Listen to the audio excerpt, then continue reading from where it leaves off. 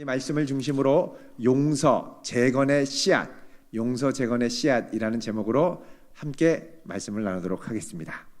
우리 교회도 재건이가 있죠? 용서 재건의 씨앗, 기억하시기를 바랍니다.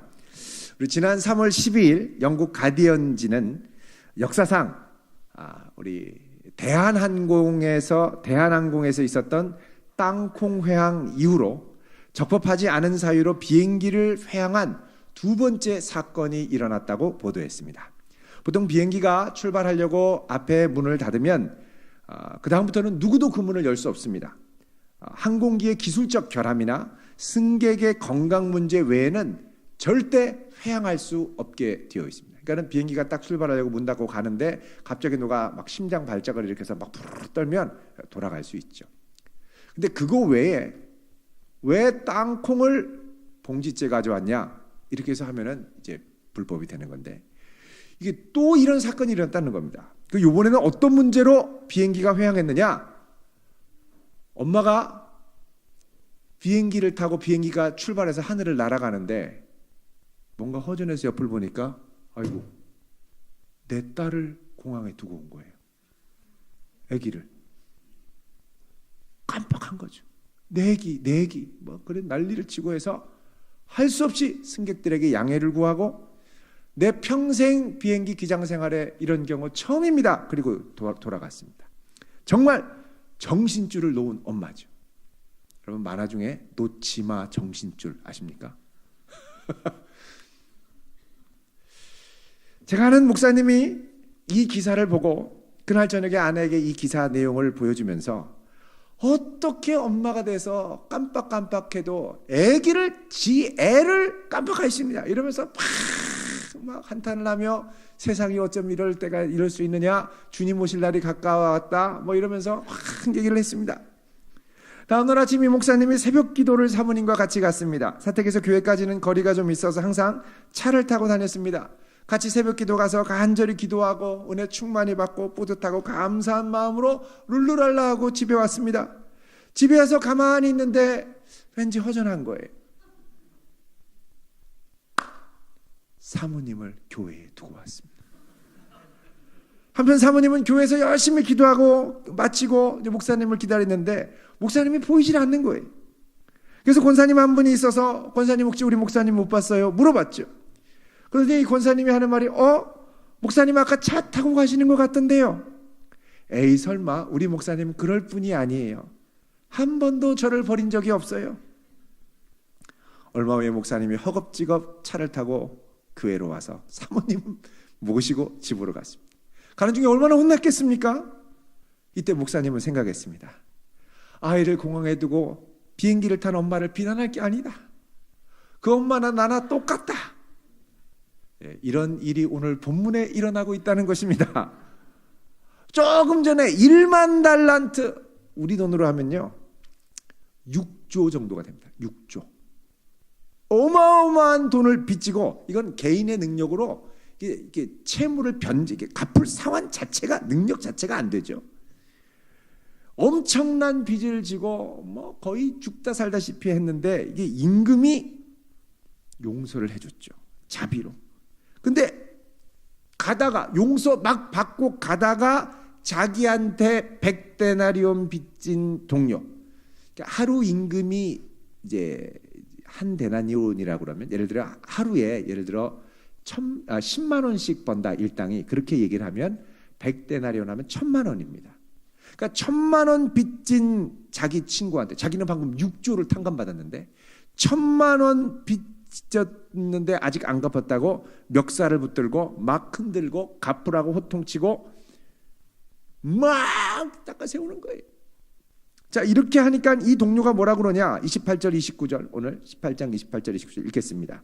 시작. 그 종이 나가서 자기에게 100데나리온 빚진 동료 한 사람을 만나 붙들어 목을 잡고 이르되 빚을 갚으라 하매, 그 동료가 엎드려 간구하여 이르되 나에게 참아주소서 갚으리이다 하되, 나에게 참아주소서 갚으리이다. 여러분, 나에게 참아주소서 갚으리이다, 이 말 들으면 사실 1만 달란트 빚진 종, 조금 전에 탕감받은 이 종은 생각을 좀 했어야 됩니다. 왜냐하면 이 말이 방금 전에 자기가 그 임금한테 1만 달란트 갚으라고 할 때 했던 말하고 똑같거든요. 한번 볼까요? 26절, 18장 26절 읽습니다. 시작. 그 종이 엎드려 절하며 이르되 내게 참으소서 다 갚으리이다 하거늘. 지금 똑같이 말하잖아요. 나한테 참아주십시오. 갚겠습니다. 여기는 18장 26절에 보면은 다 갚으리이다. 갚을 수 있는 능력도 안 되는데 다 갚겠다고 하면 거짓말이죠. 방금 전에 자기가 했던 말 똑같이 하면 탁 생각을 하고 아이고 나도 똑같은 죄인이었는데, 나도 똑같이 잘못했던 사람인데, 이러면서 자비를 베풀 수 있어야죠. 한순간에 용서해 줬는데, 여러분 이 주인이 왜 용서해 줬습니까? 27절에 보면 이렇게 말씀합니다. 18장 27절 시작. 그 종의 주인이 불쌍히 여겨 놓아 보내며 그 빚을 탕감하여 주었다. 무엇 때문에 놓아줬다고요? 불쌍히 여겨.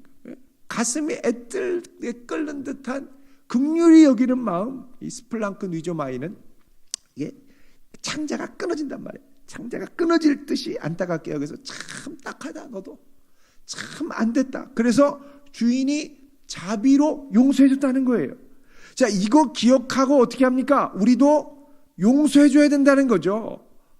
근데 이 종은 내가 얼마나 큰 사랑을 입었고 이 임금이 얼마나 큰 손해를 감수했고 내가 얼마나 큰 사랑을 입었는지를 잊어버리고 그 사랑을 보여주는 것도 잊고 있었던 겁니다. 여러분 용서는 은혜를 기억할 때 할 수 있는 겁니다. 여러분 용서하는 거 쉽습니까? 쉽지 않습니다. 내가 한번 당하면 복수해주고 싶죠. 언젠가 마음에 이제 꽉 품고 있다가 너 언젠가 때가 되면 보자. 내가 반드시 받은 만큼 돌려주겠다. 요즘에 이게 그냥 잠깐 참는 게 아니라요. 몇십 년을 참다가 나중에 가서 빵 터뜨립니다. 은밀하게 공격하는 거죠.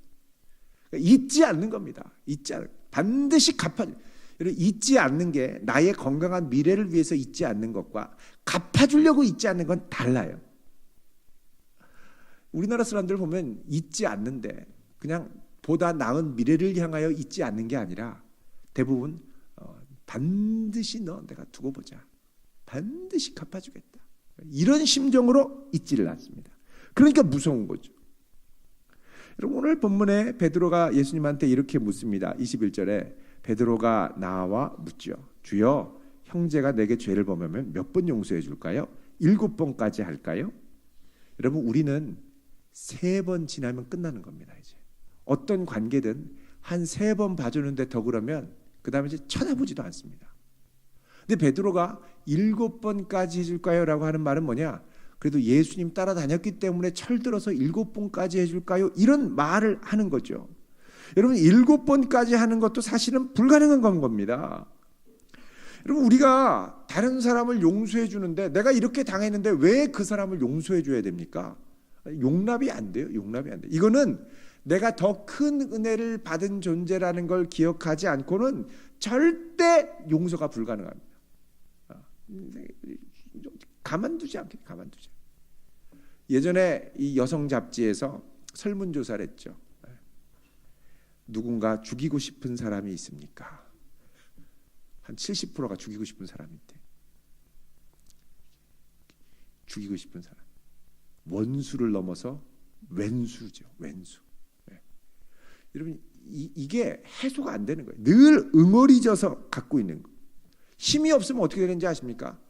그 미움이 자기를 향해서, 그러니까 갚지 못하고 무력한 자기를 향해, 한심한 자기를 향해 비난의 화살을 쏟으면서 자기 몸을 망가뜨립니다. 그렇게 스트레스 되면서 온몸이 막 망가지는 거죠. 병나고. 여러분 사람이 노를 품고 있으면 성경은 분명히 얘기해요. 해 지기 전에 용서하라고 그러죠. 이게 밤새도록 품고 있으면 그 다음부터 이게 뭐가 되냐면 여러분 성경에도 여호와의 말씀을 주 야루 묵상하라 그러잖아요. 분노를 주 야루 묵상하면 그 다음에 이게 붙잡혀 살게 됩니다. 이게 딱 붙잡히는 거예요. 그러면 아침에 일어나도 그 생각, 밤에 자도 그 생각, 늘 그 생각에 사로잡혀 살게 되는 거죠. 그래서 성경은 끊임없이 우리로 하여금 은혜를 기억하라고 얘기합니다. 여러분 은혜를 기억하지 않으면 우리는 정상적으로 살 수가 없습니다. 원망할 사람, 미워할 사람, 탓할 사람, 내가 이렇게 된 거 저 사람 때문인데, 저 인간 때문인데, 나한테 이렇게 한 사람을 어떻게 그냥 둡니까? 천지입니다, 사방에. 스트레스 때문에 죽을 것 같아요. 그래서 여러분 한번 보겠습니다. 요한일서 3장 16절입니다. 16절 죄송합니다. 읽어보겠습니다. 시작. 그가 우리를 위하여 목숨을 버리셨으니 우리가 이로써 사랑을 알고 우리도 형제들을 위하여 목숨을 버리는 것이 마땅하다. 자, 우리가 형제들을 위하여 목숨을 버리는 것, 무엇 때문에? 그가 우리를 위하여 목숨을 버리셨기 때문에. 은혜를 알아야 은혜를 베푸는 게 가능하다는 겁니다. 그렇게 볼 때 3장 1절에 보면 보라, 아버지께서 어떠한 사랑을 우리에게 베푸사 하나님의 자녀라 일컬음을 받게 하셨는가. 우리가 그러하도다. 그러므로 세상이 우리를 알지 못함은 그를 알지 못함이라. 여러분, 우리가 하나님의 자녀라고 일컬음을 받는다는 사실 자체가 하나님의 큰 용서를 받은 존재임을 믿으시기 바랍니다. 하나님의 자녀라는 사실 자체가 내가 큰 용서와 은혜 받은 자라는 것입니다. 여러분, 용서하는 거 쉽던가요? 용서 쉽지 않습니다. 특히 나한테 아주 깊은 곳에 상처를 주고 폐부를 찌르게 아프게 한 사람은 용서하기가 쉽지 않습니다. 그런데 여러분, 용서하지 않으면 그 다음부터 어떻게 됩니까? 분노가 일어나고, 분노를 품으면 몸도 상하고 마음도 상하고 밤잠을 못 자죠. 밤잠 설칩니다. 미워하는 사람들 특징. 밤잠을 설쳐요. 아침 되면 다크서클이 뒤하니 있습니다. 새벽 기도 가느라고 생긴 다크서클과 미워서 죽도록 미워서 밤잠을 설친 다크서클은 좀 달라요. 어디서 다르냐? 지나기가 다릅니다. 독이 쌓였어요. 여러분, 이게 얼마나 어려운지 몰라요. 이 분노를 내가 품고 산다는 것 자체가 사실 너무 힘든 일인데 왜 내가 이걸 붙들고 있느냐? 복수를 해야 내가 통쾌하다고 생각하기 때문에 이거를 못 놓고 붙들고 있는. 그 다음부터 뭐가 나가냐? 복이 나갑니다. 복이 나가요. 시편 1편에 복 있는 사람은 어떻게 해요?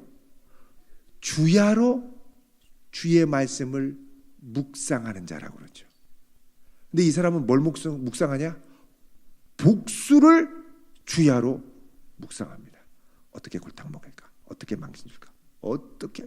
이게 계속 나를 괴롭혀요. 어떻게 할까 하지만 지금 못하고 있단 말이죠. 그러니까 어떻게 해요? 나를 자책하고 미워하고 막 혈압이 오르고 열이 나고 막 이러죠. 네.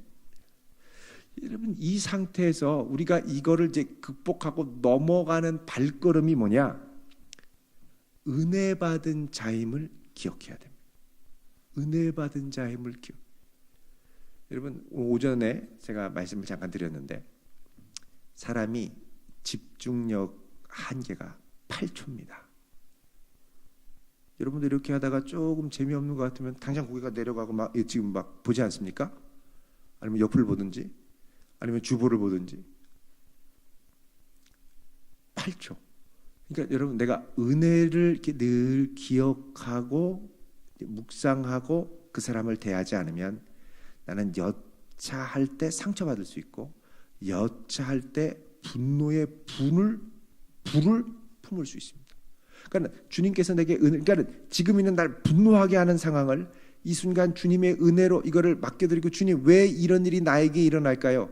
이 가운데도 하나님의 섭리하심이 있겠죠.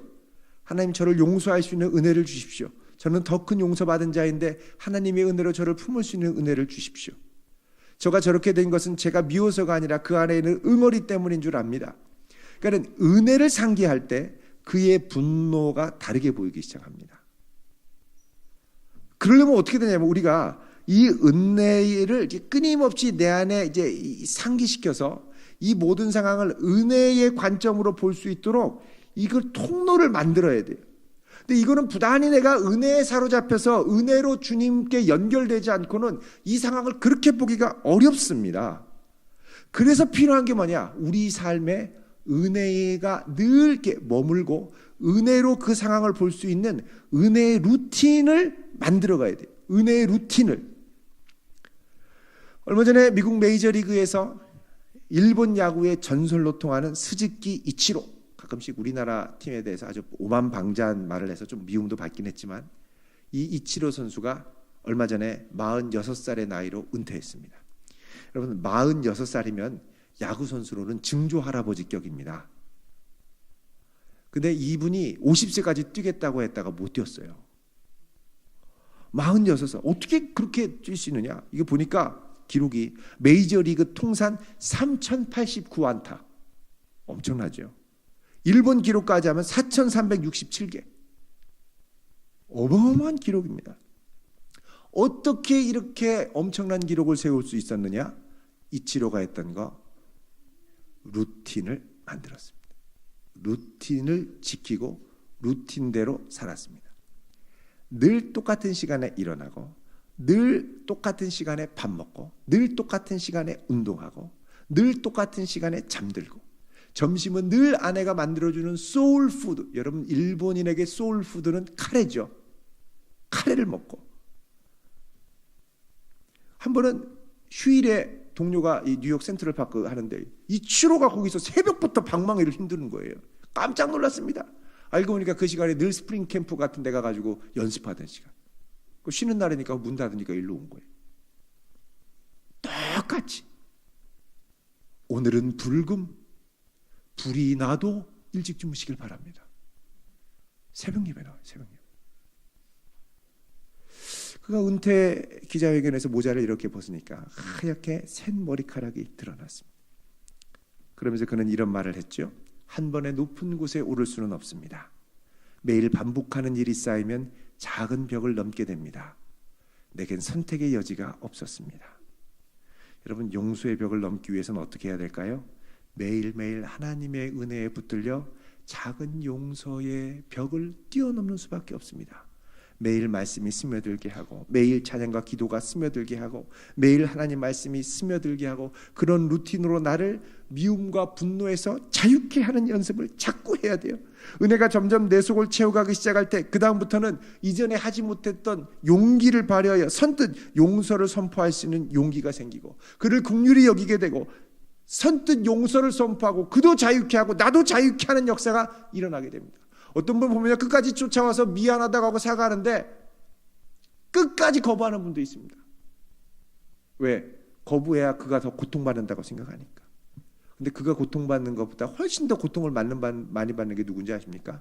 나예요. 나. 이 용서를 안 하는 건 부메랑 던지는 겁니다. 팍 던져서 때리고 싶은데 때리는 줄 알았는데 빙글빙글 돌아서 나를 팍 치는 거죠.